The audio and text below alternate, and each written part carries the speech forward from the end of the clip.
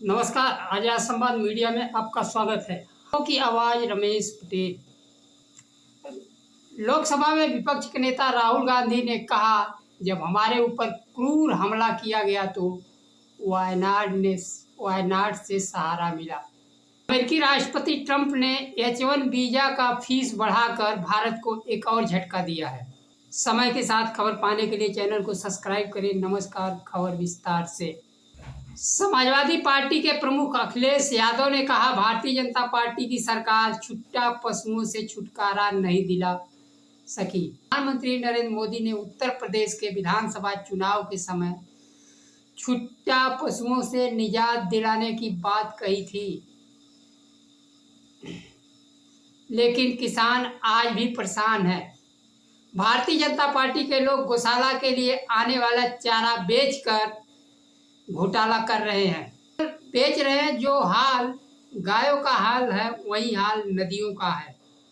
नदियों के लिए भी प्रधानमंत्री ने गंगा सफाई का वादा किया था, लेकिन गंगा सफाई का पहला बजट तो 26,000 करोड़ के बजट में से 24,000 करोड़ खर्चा ही नहीं हुआ। गंगा साफ कैसे होगी?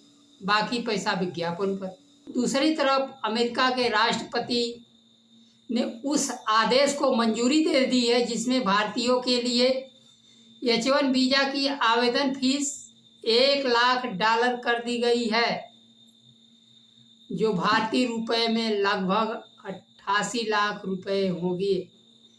लोकसभा में विपक्ष के नेता राहुल गांधी ने कहा, मैं आज फिर दोहराता हूं, भारत के प्रधानमंत्री कमजोर हैं। समाजवादी पार्टी प्रमुख अखिलेश यादव ने H1 वीजा के दरें बढ़ने पर कहा, केंद्र सरकार की विदेश नीति फेल है। इस सरकार की आर्थिक नीति फेल है। भारतीय जनता पार्टी के लोग नहीं चाहते हैं कि भारत के लोग पढ़ने और नौकरी के लिए अमेरिका जाएं। अमेरिकी राष्ट्रपति प्रधानमंत्री नरेंद्र मोदी के दोस्त। प्रधानमंत्री देश को संस्थानों को बेचकर यहाँ नौकरियां खत्म की। अब उनके दोस्त की बारी आई है, वह भारतीयों के लिए दरवाजा बंद कर दे। जनता पार्टी के लोग चाहते हैं कि देश की जनता अनपढ़ रहे, नफरत करे। प्रधानमंत्री मोदी उत्तर प्रदेश विधानसभा चुनाव के समय छुट्टा पशुओं के छुटकारा दिलाने की बात कही थी, और उन्होंने विभिन्न समय में अपने वादे जो किए, 2014 के लोकसभा चुनाव के समय 2 करोड़ नौकरियां, 15 लाख खाते में, देश को बिखरे नहीं दूंगा, घुसपैठिया खत्म हो गए, वैसा ही झूठ जुमला छुट्टा पशुओं से राहत पाने का साबित हुआ है। देश के संस्थानों को बेचकर सबसे पहले नौकरी खत्म की गई। घुसपैठियों के लिए जिम्मेदार कौन है जब केंद्र में मोदी सरकार है? सीमा सुरक्षा की बात गृह मंत्रालय के अंतर्गत आती है, और प्रधानमंत्री बिहार में जाके घुसपैठिया नीति फेल है।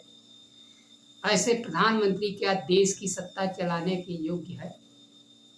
सरकार जहां सभी मोर्चों पर फेल हो चुकी है, पूरी देश की जनता को, गरीबों को, दलितों को, पिछड़ों को हाँकने के लिए मतदाता सूची में वोट ही चोरी करवा ले रही, कानून बदले गए।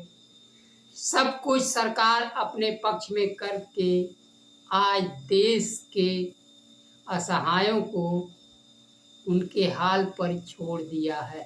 देश के संस्थान, नौकरी, रोजगार खत्म कर दिया गया है, और सरकार जब अपनों को लाभ पहुंचाने की बात आती है तो पाकिस्तान से क्रिकेट भी खेल लेती है। लेकिन जब आम जनता को, किसानों का उपज पाकिस्तान को निर्यात कर दिया जाए तो आम लोगों को फायदा होगा, वह सरकार दुश्मन देश मानेगी। यह दोहरा चरित्र मोदी सरकार कब तक ढोएंगे?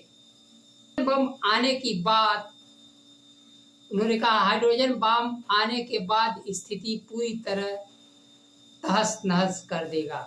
हमारे पास 100% प्रूफ जानकारी है, जो कुछ हुआ है सामने आने वाला है।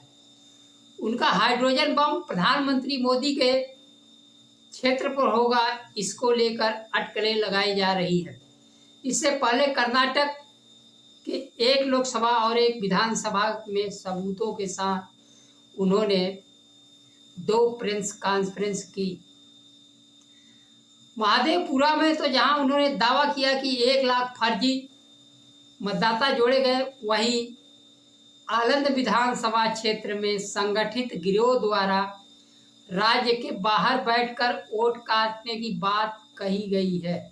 आलंद विधानसभा में 6000 से अधिक मत काटने की जांच कर्नाटक की सीआईडी कर रही है और केंद्रीय चुनाव आयोग को 18 पत्र भेजकर सबूतों की मांग की है, लेकिन केंद्रीय चुनाव आयोग राज्य चुनाव आयोग द्वारा दर्ज एफआईआर में जांच में सहयोग नहीं कर रही है।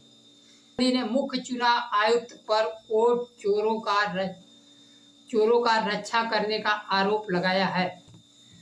कर्नाटक सीआईडी वोट चोरी में इस्तेमाल फोन नंबरों की ओटीपी नंबरों को जांच करने के लिए, लेकिन चुनाव आयोग किसे बचा रहा है? अब जब राहुल गांधी ने 7 दिन का समय दिया, तब चुनाव आयोग कह रहा है कि यह तो मैंने पहले दे दिया, जबकि सितंबर माह में जब वो दे दिए तो सितंबर माह में पत्रों का आदान प्रदान किस लिए हुआ? चुनाव आयोग जब तक सबूतों के साथ बात नहीं रखेगी, बात नहीं बनेगा। भारतीय जनता पार्टी सवाल चुनाव आयोग से पूछा जाएगा, जवाब देने के लिए भारतीय जनता पार्टी सामने आएगी, तो यह स्पष्ट है कि मिलजुल कर वोट चोरी की जा रही है। वहीं चुनाव आयोग राहुल गांधी के दोनों प्रेस कॉन्फ्रेंस का जवाब मिनटों में देना शुरू कर दिया और उससे भी कम समय में भारतीय जनता पार्टी ने देना शुरू कर दिया। जबकि राहुल गांधी ने जब कहा कि हम परमाणु बम लाने वाले हैं, उससे 15 दिन पहले रिसर्च किया, सबूत खोजे और सवाल रखे। उन सवालों को चुनाव आयोग बिना जांच पड़ताल किए तुरंत बिना सबूतों को देश के सामने रख रहा। देश कैसे विश्वास करे? राहुल गांधी ने केरल के पूर्व मुख्यमंत्री ओमान चांडी ऑडिटोरियम उद्घाटन समारोह में भाग लिए। चांडी हमेशा विनम्र से गहरा जुड़ाव रहा। राहुल गांधी ने कहा, जब मुझ पर हमला हुआ वह बहुत ही क्रूर हमला था, तब वायनाड के लोगों ने मेरी रक्षा की। यह एक परिवार की सदस्य जो करता है वह वायनाड के लोगों से मुझे मिला। आपके व्यवहार के साथ मेरा एक गहरा रिश्ता बन चुका है।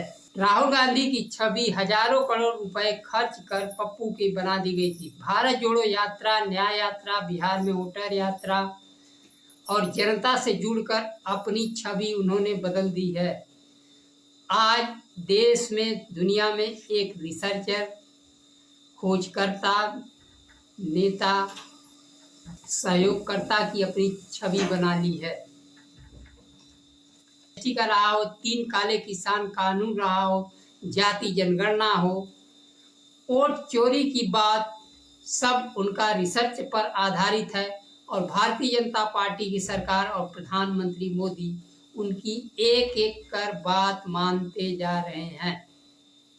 अब राहुल गांधी ने जो लोकसभा चुनाव समय 30 लाख नौकरियां की बात उठाई थी, वह बात फिर उठाए तो देश के बेरोजगारों को नौकरी मिल सकता है। प्रधानमंत्री मोदी जो देश के संस्थान बेच रहे हैं, उसको बेचने से रोककर नौकरियां देश के युवाओं को दे सकते हैं। वोट चोरी के द्वारा दलितों, पिछड़ों का हक अधिकार छीना जा रहा है, उनकी नौकरियां छीनी जा रही है, आरक्षण मारा जा रहा है और उनकी नौकरियों को छीना जा रहा है। आज के लिए बस इतना ही। नमस्कार। जय संविधान।